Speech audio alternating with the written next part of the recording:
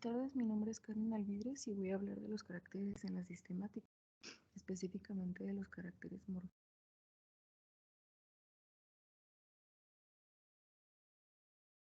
Los caracteres morfológicos son los que más se usan en la sistemática. Aquí se incluyen desde rasgos superficiales hasta la anatomía interna, y esto varía en los diferentes taxones.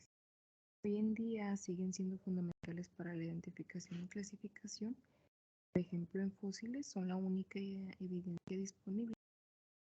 Pues obviamente no aplican los caracteres de comportamiento ni caracteres internos. En estos caracteres se toman en cuenta atributos como la simetría, el aspecto general del cuerpo, polimorfismos, por ejemplo. Esto se ha utilizado en grandes animales como los filos y las clases. El microscopio electrónico es una herramienta muy útil en los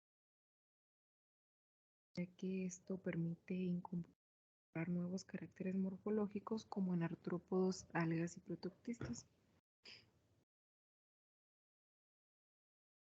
Otra evidencia de caracteres son los caracteres externos.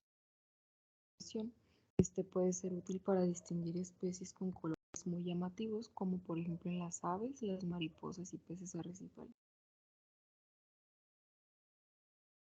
En la identificación de animales, por ejemplo, hablando de proporciones corporales, estas se basan en comparar los diámetros regionales en el animal, y estos diámetros se refieren a la longitud, anchura o profundidad del mismo.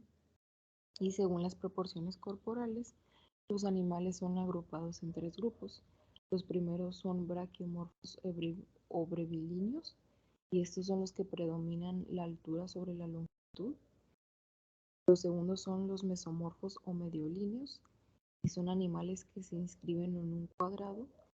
Por último, los oligomorfos o longilíneos, y estos son animales en los que predominan los diámetros de longitud y se inscriben en un rectángulo. En el inciso B, configuración general y regional del animal, esta se basa en configuraciones de la cabeza, cuello, tronco y extremidades. La primera clasificación es que pueden ser microscópicos o macroscópicos. Estos ejemplos están basados en plantas. Por ejemplo, en plantas, en los externos no es necesario la destrucción de los tejidos, mientras que en los internos sí. Los caracteres embriológicos son caracteres correspondientes al desarrollo embrionario del ser vivo. Los citológicos se basan en características de las células, y los ultraestructurales corresponden a ultraestructuras celulares observables únicamente en microscopio. Los cuantitativos no son numéricos, por ejemplo, la longitud o número de pelos en el peciolo, o como por ejemplo las características de la imagen superior. Los cualitativos no son numéricos y pueden ser como color, presencia o ausencia de pelos en el peciolo. Los continuos, como la longitud de pétalos, y discontinuos, el número de pétalos. En absolutos relativos, los absolutos se toman sin ninguna referencia, por ejemplo, la longitud del peciolo, y en los relativos se establecen relaciones con otros parámetros, presentan las características de ser más estables que los absolutos. Y por último, en los objetivos, cualquier tipo de medida, y los subjetivos, que puede ser el color y el tamaño. La morfología o anatomía interna también nos proporciona caracteres relevantes. Por ejemplo, en la embriología y los estadios larvales también pueden proporcionar caracteres importantes. Por ejemplo, en las especies de los mosquitos de la malaria, que es Anopheles maculipennis. Estas fueron descubiertas debido a las diferencias en la estructura de sus huevos. En la citología, esta es otra fuente de caracteres morfológicos en varios taxones de plantas y artrópodos. Por ejemplo, en Curculionidae, que es una familia de artrópodos, creo que de coleópteros, donde se han empleado los caracteres de los espermatozoides para las relaciones filogenéticas de los taxones.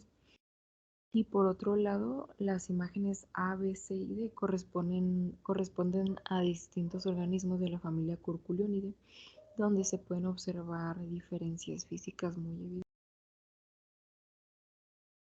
Por último, la cariología. Esta es otra fuente de caracteres morfológicos y se basa en el estudio de los cromosomas. En varios taxones de plantas, la forma y número de cromosomas han sido utilizados para discernir entre especies cercanas y para establecer hipótesis filogenéticas. En el número cromosómico básico, por ejemplo, en la familia Poaceae, que es la familia de los pastos, las familias se caracterizan por tener diferentes números básicos. En la forma y tamaño de los cromosomas, de acuerdo con la posición de los centrómeros, se pueden distinguir cromosomas metacéntricos, submetacéntricos, acrocéntricos y telocéntricos. Por ejemplo, en la familia Microhylidae, que es la de la ranita de la imagen, la forma de los cromosomas ha proporcionado caracteres relevantes. Y por último, la presencia de inversiones. Esta es mi bibliografía y ya sería todo por mí.